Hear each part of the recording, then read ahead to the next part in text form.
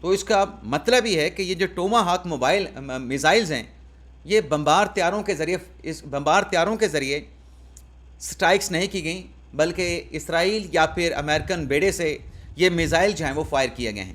اب اس کی رینج کیا ہے؟ اس کی رینج بتائی جاتی ہے ٹوما ہاک جو بیلسٹک میزائلز ہیں وہ 1600 کلومیٹر سے 2500 کلومیٹر بتائی جاتی ہے۔ ہائی ایکسپلوسیو ہیں، نیوکلر وار ہیڈ ہیں، اور 1991 میں پہلی مرتبہ خلیج جنگ میں عراق کے خلاف بھی استعمال ہو چکے ہیں، شام کے خلاف بھی استعمال ہو چکے ہیں، لیبیا کے خلاف بھی استعمال ہو چکے ہیں، افغانستان کے خلاف بھی استعمال ہو چکے ہیں، لیکن پہلی مرتبہ خلیجی جنگ میں ان امریکن میزائل کو استعمال کیا گیا۔ تو اس کی خصوصیت یہ ہے کہ یہ ٹارگٹ جو ہوتا ہے اس کا درست جو ہے نشانہ لگاتا ہے۔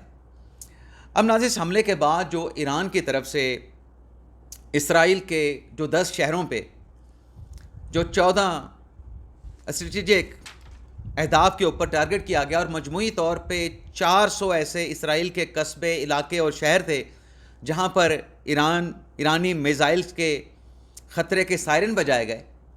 20 سے 40 میزائل جو ہیں ایران کی طرف سے فائر کیے گئے ہیں۔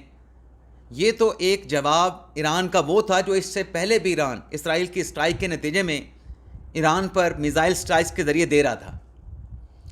اب اس حملے کے بعد جو امریکہ نے کیا ہے، اسرائیل پہ جو ایران نے اسٹرائکس کی ہیں، وہاں پہ عمارتیں گری ہیں، ان کی جو ملٹری تنصیبات ہیں، اسٹریٹجک تنصیبات ہیں، ان کو ٹارگٹ کیا گیا۔ لیکن ناظرین، ایران کی طرف سے جو دیا گیا الٹیمیٹم ہے، وہ الٹیمیٹم یہ ہے کہ اگر امریکہ اس جنگ میں شامل ہوتا ہے، کیونکہ آج امریکہ اسرائیل کے ساتھ اس جنگ میں ایران کے خلاف شامل ہو چکا ہے، اور جو الزام ایران پہ لگ رہا تھا کہ نیوکلر ویپن بنا رہا ہے، ایٹم بم بنا رہا ہے، مختلف جو رپورٹس آ رہی تھیں اقوام متحدہ کی ایٹامک ایجنسی کی، ایران کی ایٹامک ایجنسی کی، رشیا کی، سعودی عربیہ کی، ترکی کی، امریکہ کی اپنی ایجنسی کی، اس میں تو یہی بتایا جا رہا تھا کہ ایران کے پاس ایٹم بم نہیں ہے، ایران نیوکلر ویپن نہیں بنانے جا رہا۔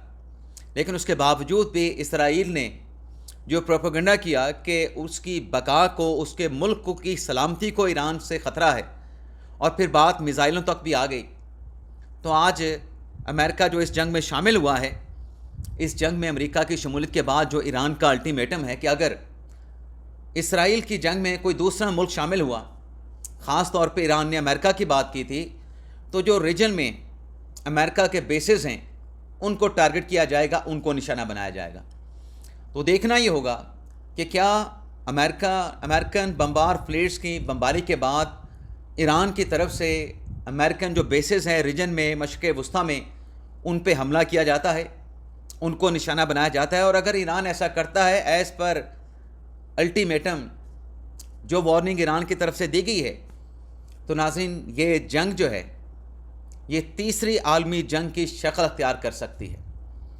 اس بات کے خدشات بھی ہیں، اس بات کے خطرات بھی ہیں۔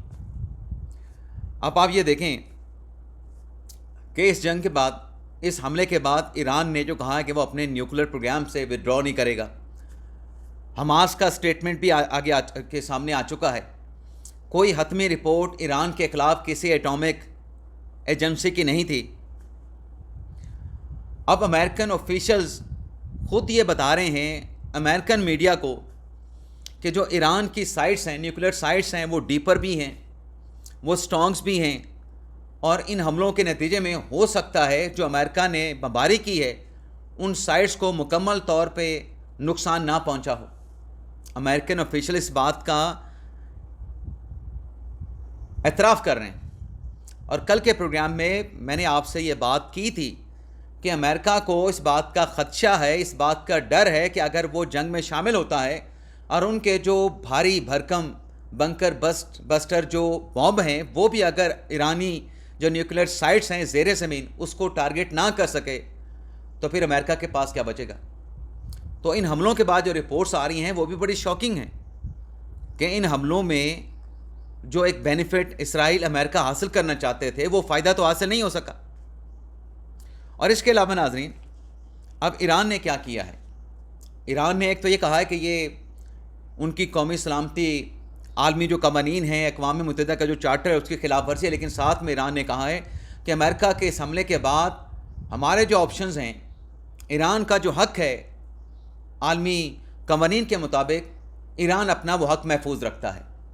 اب ایران کا حق کیا ہے؟ ایران اس کا الٹیمیٹم، اس کی وارننگ آلریڈی دے چکا تھا، لیکن ہوا یہ ناظرین کہ ایران کی طرف سے ایک اور کارڈ کھیل دیا گیا ہے، جس کا خطرہ نظر آ رہا تھا۔ ایران نے وہ کارڈ کھیل دیا ہے کہ جو آبنائے ہرمز ہے، جس کے ذریعے دنیا کو پیٹرولیم مصنوعات کا 30% اور گیس کا کوئی 40 سے 50% فراہمی آبنائے ہرمز سے ہوتی تھی، ایران نے اس کو بند کرنے کا اعلان کر دیا ہے۔ ایران نے کیا کہا ہے کہ اگلے چند گھنٹوں میں یہ آبنائے ہرمز کی جو سائٹ ہے اس کو کلوز کر دیا جائے گا، اس کو بند کر دیا جائے گا۔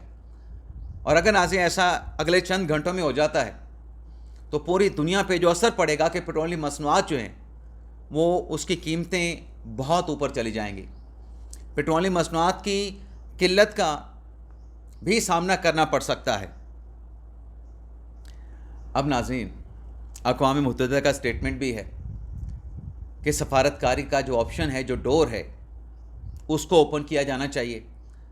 ایک طرف سے ایران کا الٹیمیٹم ہے، دوسری طرف سے امریکہ کی تھریٹ موجود ہے کہ اگر ایران یہاں پہ نہیں رکتا اور امریکن بیسز پہ حملہ کرتا ہے تو ایران کے لیے المیہ ہوگا۔ لیکن آج اس جنگ نے اسرائیلی وزیر اعظم نیتن یاہو کے لیے تو مشکلات تھیں ہی۔ اپنے عوام سے وہ کہہ رہے تھے کہ آئندہ آنے والے دن مشکل ہو سکتے ہیں، ان کو برداشت کرنا پڑے گا، لیکن امریکن پریزیڈنٹ ڈونلڈ ٹرمپ کے لیے بھی مشکل پڑ گئی ہے، مشکل پیدا ہو گئی۔ اور مشکل یہ ہے کہ ایران پر اس حملے کے لیے جو ایک اپروول ہوتی ہے، منظوری ہوتی ہے کہ آپ نے کانگریس سے اس کی منظوری لینی ہے، امریکہ کے کانسٹیٹیوشن کے مطابق وہ منظوری نہیں لی گئی۔ اس کی وہ کانگریس کی منظوری سے پہلے ہی ڈونلڈ ٹرمپ کی طرف سے ایران کے اوپر اسرائیل کے ساتھ جو جنگ ہے اس جنگ میں وہ شامل ہو گئے۔ اب اس پہ جو امریکہ کے کانگریس مین ہیں ان کی طرف سے کہا جا رہا ہے کہ یہ ڈونلڈ ٹرمپ کے مواخذے کا کیس بنتا ہے۔ مواخذے کی تحریک امریکن کے پارلیمنٹ میں پیش ہوتی ہے، نہیں ہوتی، لیکن کانگریس مین کی طرف سے امریکہ کے اس جنگ میں شمولیت کے اوپر سوالات اٹھائے جا رہے ہیں کہ آئین کے مطابق اس حملے کی منظوری کیوں نہیں لی گئی۔ اور پھر یہ امریکن کانگریس مین کی طرف سے یہ سوال بھی اٹھایا جا رہا ہے کہ جب کوئی خدشات اور خطرات نہیں تھے تو کیا پڑی تھی امریکہ کو اسرائیل کے ساتھ اس جنگ میں شامل ہونے کی۔ اب دیکھتے ناظرین، جو بھی اپڈیٹس تھیں وہ تو ہم نے آپ کے ساتھ شیئر کر لیں۔ استنبول میں جو کانفرنس ہو رہی تھی OIC کے وزراء خارجہ کی، اس میں بھی کہا گیا کہ یہ جنگ غیر قانونی ہے جو اسرائیل نے ایران پہ مسلط کی ہے۔ 2 روزہ یہ کانفرنس ہے، اجلاس ہے، آج بھی اس کا اجلاس ہونا ہے۔ سلامتی کونسل میں ایران کی طرف سے اب ایک اور خط لکھا جائے گا، تو دیکھتے ہیں۔ اب ایران کے اوپر ڈیپینڈ کرتا ہے۔ اسرائیل پہ جو انہوں نے 8 اسٹرائک کیے ہیں وہ پہلے بھی کر رہا تھا۔ اسرائیل کے حملوں کے جواب میں ایران پہلے بھی اس کو جواب دے رہا تھا، تھوڑا یا زیادہ، لیکن جو اسرائیل کا غرور تھا وہ اس حد تک ضرور ہے کہ ایران نے خاک میں ملا دیا تھا۔ اس کا جو ڈیفنس سسٹم ہے اس کو ناکام کر دیا تھا، ناکارہ کر دیا تھا۔ وہ ایران کے جو میزائل تھے اس کو روک نہیں پا رہا تھا۔ اب دیکھنا یہ ہوگا کہ جو ایران نے وارننگ دے رکھی ہے کہ اگر امریکہ شامل ہوا تو وہ جو جواب دے گا اس سے خطے میں کشیدگی پھیلے گی۔ تو اب اس حالات کے اوپر پاکستان کی بھی نظر ہے۔ پاکستان بھی اس کے اوپر امریکن کی طرف سے اس جنگ میں شمولیت پہ تشویش کا اظہار کیا ہے کہ کشیدگی مزید بڑھے گی، خطہ عدم استحکام کا شکار ہوگا۔ چین نے بھی نظریں رکھی ہوئی ہیں، روس نے بھی نظریں رکھی ہوئی ہیں۔ تو اللہ خیر کرے، کوئی بہتری کا راستہ نکلنا چاہیے۔ اجازت چاہتے ہیں ناظرین، اللہ حافظ۔